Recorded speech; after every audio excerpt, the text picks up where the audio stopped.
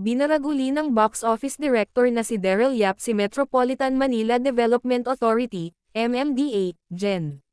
Manager Nicolas Torre III. Hindi nagpatalbog si Direk Daryl kay Torre matapos siyang supalpalin at talakan nito sa pamamagitan ng social media patungkol sa isyu ng mga guro. Ipinagtanggol kasi ni Torre ang naging pahayag ni Presidential Communications Office, PCO, USEC. Claire Castro na may ilang guro na nagtuturo raw ng kawalan ng modo sa mga estudyante.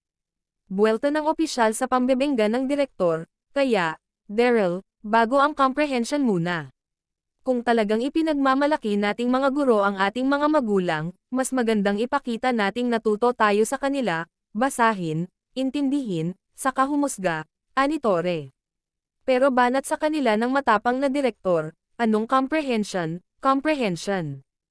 Tanging nyo together. Burado na ang nasabing post ng direktor pero naibalita na ito sa ilang online media organizations.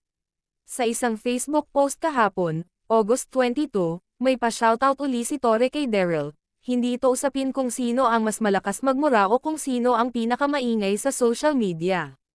Ang tanong, ganito na ba ang gusto nating halimbawa sa kabataan, na kapag hindi mo kayang sagutin ang argumento, lakasan mo na lang ang boses at dagdagan ang mura. You are a filmmaker. You have an audience. People listen to you. Some young Filipinos undoubtedly look up to you. And that is precisely why this is disappointing. At may isang bagay pa akong napansin. Ayon mismo sa nauna mong post, pinagalitan na ako ng Viva Films, wag na daw ako mag-Facebook. Apparently, even the people you professionally work with have already called your attention. Pero pagkatapos noon, ito pa rin ang sagot mo. Tanging nyo together. I won't tell Viva Films what it should do with you.